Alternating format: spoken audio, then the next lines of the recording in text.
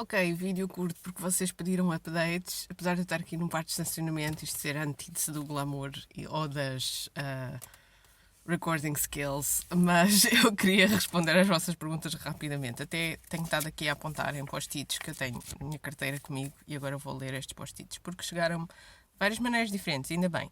Então, para quem não sabe, vocês podem me contactar no Instagram, no Messenger do Facebook, por e-mail, whatever. Tanto o pessoal como o do projeto, tanto faz, as mensagens chegam até mim.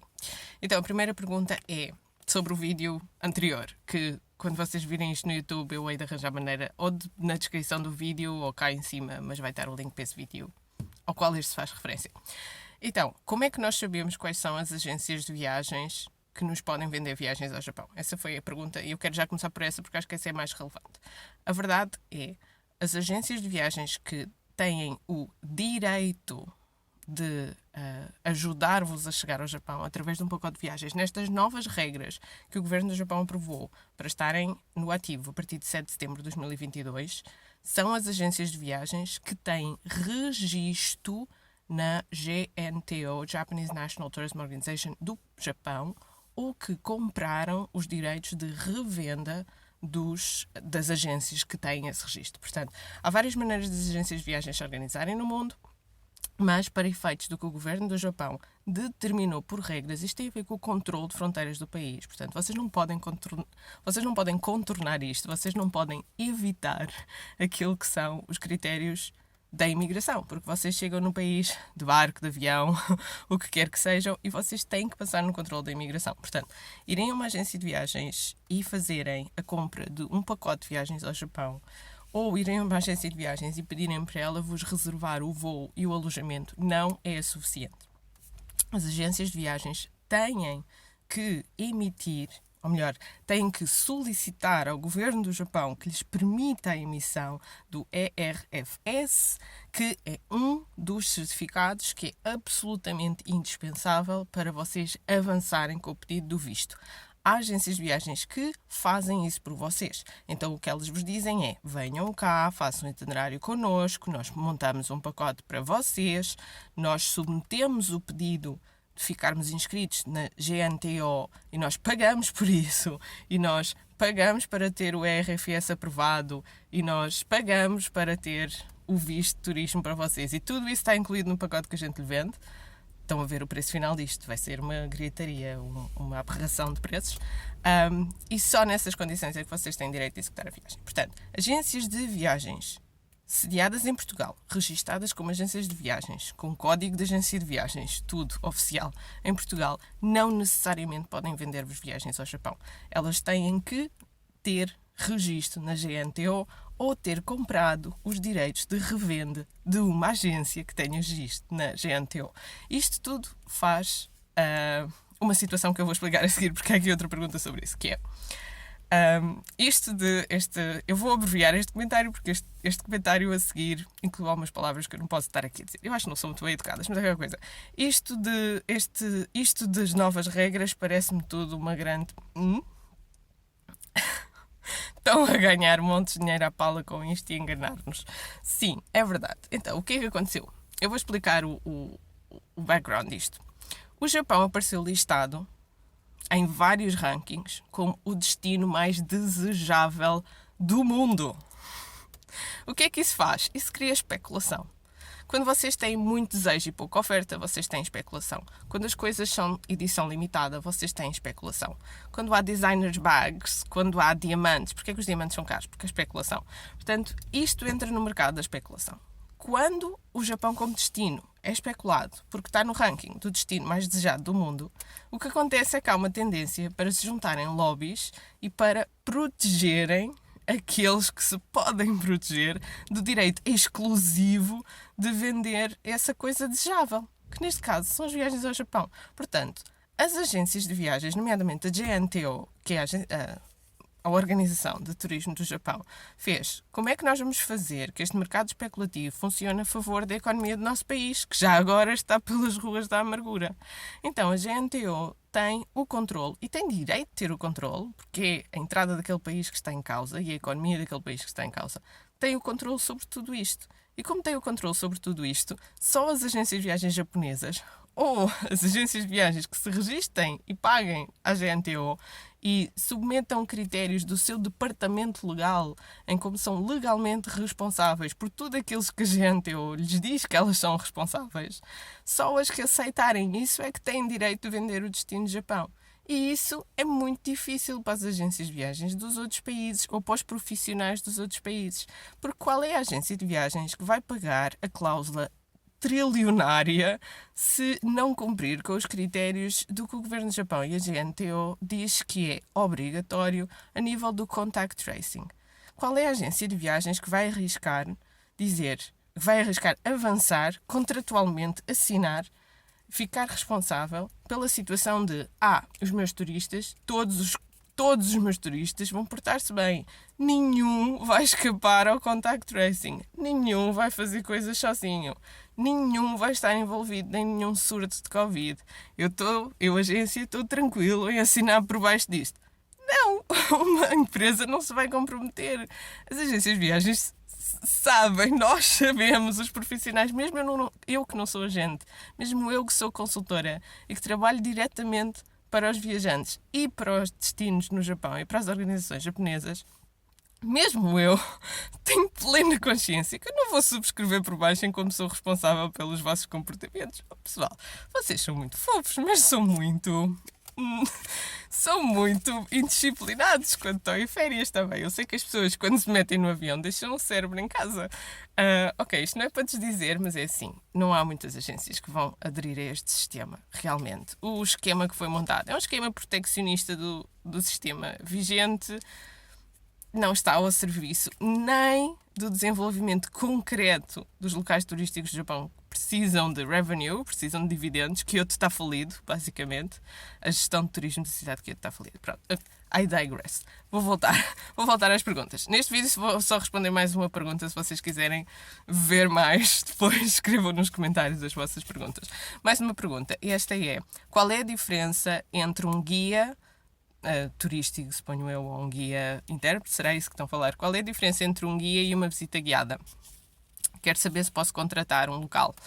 Não podem. E esta também era uma boa pergunta para vos esclarecer isto. Então, guia intérprete é uma profissão certificada, tanto em Portugal como no Japão, tal como na maioria dos países. Alguns países colocam critérios acerca da necessidade de vocês contratarem um guia intérprete para visitarem certos sítios turísticos e de património cultural. Por exemplo, se vocês entrarem dentro de um sítio que está classificado como património cultural, que tem bilheteira, que tem ticket e que tem guias intérpretes que são daquele sítio para fazerem as visitas guiadas, quando vocês vão visitar em grupo de turistas, ou quando vocês vão visitar sozinhos, ou com a família, ou etc., portanto, não numa agência de viagens, vocês não podem levar o vosso guia intérprete com vocês. Vocês têm que respeitar o critério que, a partir do momento que entram naquela bilheteira, é o guia intérprete daquele sítio, naquele horário que eles têm determinado, que vos faz a visita guiada. Isso significa que, mesmo que vocês contratem alguém de uma agência de viagens para ir com vocês, ele é representante da agência, mas não é ele que pode fazer a visita guiada no Japão. Portanto, no Japão e em muitos outros países do mundo, eu não sei se em Portugal é exatamente assim, mas eu creio que se não devia ser, porque tem que se proteger a profissão das pessoas que trabalharam e estudaram para ser guias intérpretes. Eu defendo os profissionais todos, cada um faz aquilo que estudou e trabalhou para fazer. Portanto, vocês não podem simplesmente ir com alguém que vos vai falar do Japão ou whatever, outro sítio qualquer, e esperar que essa pessoa possa ser o vosso guia intérprete em todo o lado. Então, esse é o primeiro esclarecimento. Isso, em geral, já era assim antes, sempre foi assim, continuará a ser assim, é a lei do país. Em Portugal também, se quiserem conhecer um sítio, contratem um guia intérprete bom para aquele sítio, porque é a melhor maneira de ficar a conhecer um sítio. Então, agora com estas regras todas, o que é que se acrescentou a mais desta situação? É que vocês, se contratarem um guia intérprete local, ou se forem a uma agência, a uma empresa, uma organização, uma empresa de animação turística, etc., e contratarem os serviços de um guia intérprete local, isso não vos garante que vocês podem ir ao Japão. Portanto, esta pergunta eu acho que vem no resultado daquela confusão do género: mas desde que eu faça uma agência de viagens reservar o meu hotel e o alojamento e desde que eu contrate um guia local eu posso ir. Não, não podem. A contratação direta de guias locais não funciona para efeitos da emissão do RFS, para efeitos da emissão do visto de turismo e para efeitos da aprovação da vossa entrada no Japão como turistas. Ou como outra coisa qualquer. Portanto, esta é mais uma daquelas situações em que deram 2 tiros nos pés, porque os profissionais de turismo, os guias intérpretes, as pessoas que estudaram para ser guias intérpretes oficiais, ou então aquelas organizações que têm os chamados guias voluntários, que são as pessoas que vivem naquela região, fizeram um curso, mesmo assim fizeram um curso, tiveram que ter horas e horas a dedicarem-se àquele curso. Fizeram um exame final, os chamados guias voluntários também fazem um exame final. Há uma perspectiva de que eles não são tão profissionais como os guias intérpretes profissionais certificados no curso superior ou em pós-graduação, mas eles não são simplesmente pessoas que toda a vida moraram lá e começam a andar na rua a guiar-vos e vocês dão-lhes uns trocos. Não é assim que funciona. Estas coisas estão regulamentadas. Então, a situação toda das associações dos guias voluntários, que são associações e que normalmente dão de volta na comunidade de uma maneira relevante. Essas associações não são elegíveis para este tipo de medidas. Os guias intérpretes não são elegíveis para este tipo de medidas. É mesmo só pacotes de agências de viagens, empresas com margem de lucro de 300% pelo menos ou mais. Portanto, sim, isto não foi bom para os profissionais da área, isto não foi bom para as associações culturais, as NPOs, isto não é bom para ninguém.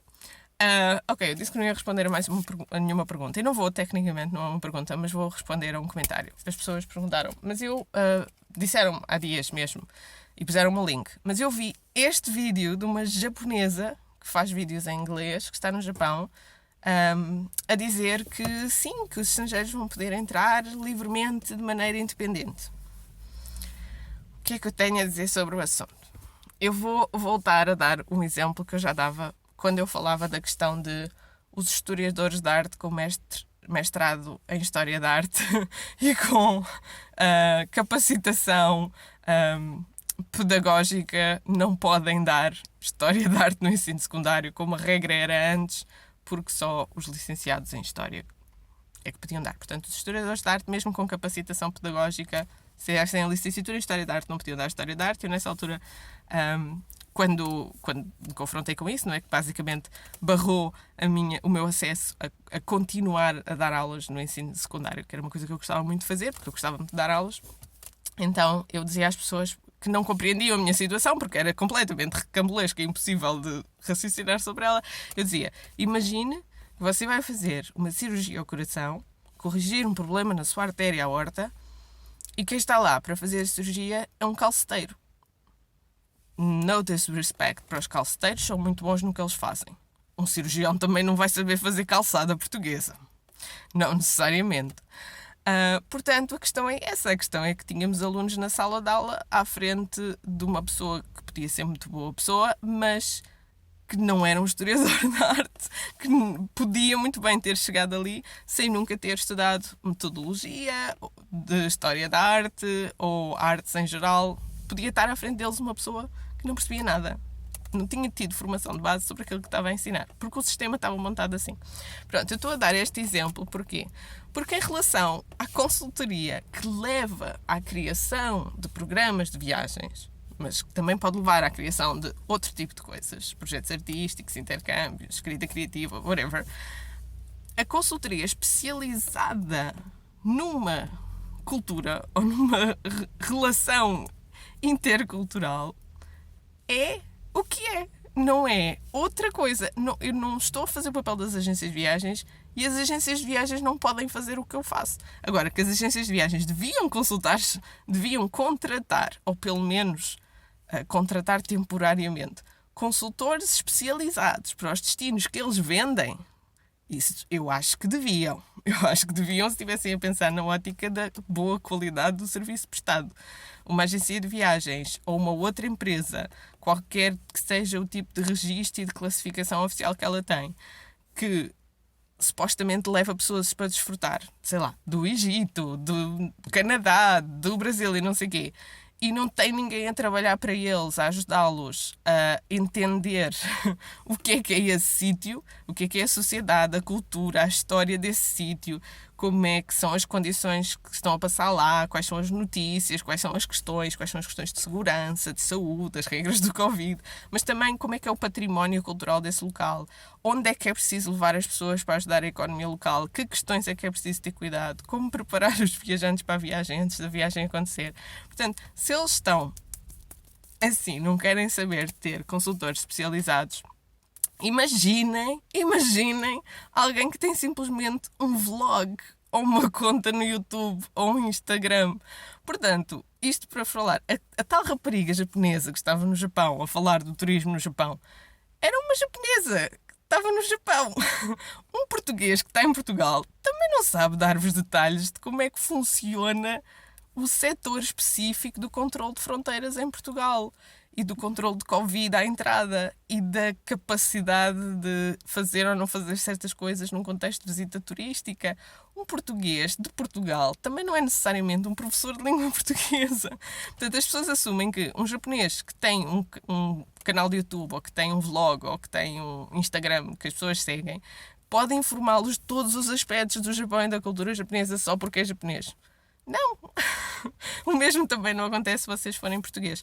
Há que pôr as coisas no seu certo sítio. Se vocês quiserem seguir estes Instagrams, estes TikToks, estes YouTubes de pessoas que estão no Japão para terem uma amostra do que são as suas vidas, as suas ideias, as suas perspectivas, episodicamente, anedoticamente, subjetivamente, ok.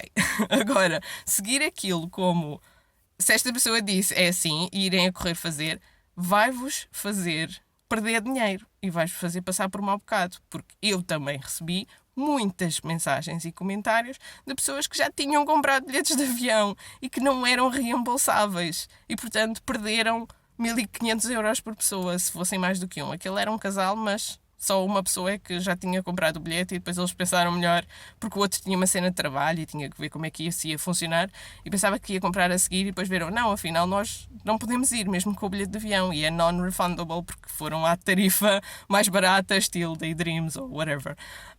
Portanto, sim, vocês pensem antes de tomar decisões concretas. Se quiserem simplesmente entreter-se e ir ver conteúdos online, vejam. Take them with a pinch of salt. Ou seja, não os levem por coisas oficiais. Consultem sempre os canais oficiais. O website do Controle de Fronteiras do Japão, do Ministério dos Negócios Estrangeiros do Japão e especificamente o website do Border Control, que eu estou sempre a falar. Se tiverem dúvidas, tentem contactar a Embaixada do Japão em Portugal. Mas o trabalho deles não é bem este, mas pronto. Mas sim, ok, é a representação oficial do governo do Japão. E sobretudo, façam perguntas.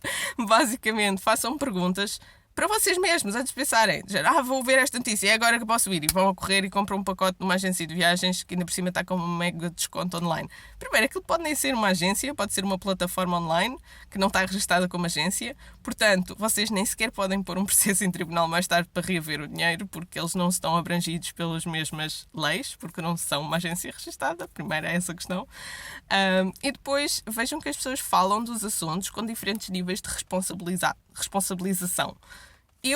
Sou eu, tenho um número de contribuinte, tenho uma atividade aberta, pago os meus impostos, responsabilizo-me por aquilo que eu digo, é a minha cara e é a minha profissão que está aqui à frente. Claro que eu faço muitas outras coisas, graças a Deus, senão com as viagens ao Japão fechadas não podia viver, mas tenciono voltar a ajudar as pessoas a planearem a sua viagem ideal e a sua viagem de sonho ao Japão e a sua experiência de sonho ao Japão. Sinceramente, identifico-me com isso. Acho que é um bocado tipo a minha missão de vida, para além das outras coisas práticas que eu tenho que fazer para viver. Mas lá porque eu quero fazer isso, não significa que eu vá fazer isso a todo o custo. E sem dúvida não vou fazer isso ao custo de enganar as pessoas ou levá-las a crer que é possível fazer uma coisa que agora não é possível fazer. Por isso é que eu criei estes vídeos. Eu não criei estes vídeos tipo para... As pessoas às vezes dizem, estás só a destruir... também às vezes ouço comentários negativos, obviamente. E as pessoas às vezes dizem, estás só a... Até usam uma expressão que eu acho que eu não posso reproduzir aqui. Mas basicamente significa estragar o divertimento dos outros. É empata tal, empata cenas. Pronto, vocês sabem o que é a expressão. Estás só a empatar isso e a estragar o divertimento dos outros, deixas lá ganhar dinheiro, deixas lá vender as viagens, assim também estás a ajudar o setor. Não, eu não acho que eu estou a ajudar o setor se eu ajudar agências de viagens a enganar-vos. Sinceramente não acho. Não é assim que eu vivo, não é assim que eu quero viver, não é assim que eu quero deitar-me na cama, pôr a minha cabeça na almofada e pensar o dia hoje correu mesmo muito bem, ajudou não sei quantas pessoas a enganarem outras não sei quantas pessoas. Não, that's not. Não. That's just not. Portanto, eu vivo pelos meus valores. Quem se identifica, identifica-se. Quem não se identifica, vá dançar o seu tango longe de mim. Portanto, se vocês tiverem mais perguntas, digam. Eu vou finalmente sair deste parque de estacionamento, porque na rua estavam a passar muitas pessoas e muitos carros e eu não queria que eventualmente ficassem aqui no vídeo, por isso vim para aqui. Mas eu não vivo num parque de estacionamento. Portanto, agora vou fazer as minhas outras coisas na rua e depois vou para casa e vou continuar a coletar informação para vocês. E tenho uma reunião importante que vai ser determinante para a primavera de 2023. Vou deixar só isto aqui no ar. Good news are coming. Uma grande beijoca para todos, como sempre. Vejam os outros vídeos que estão neste canal. Sejam felizes. Façam os outros felizes, se puderem. E vão beber um chazinho. Façam uma pausa. Vão beber um chazinho. Tudo vai parecer melhor depois de um chazinho.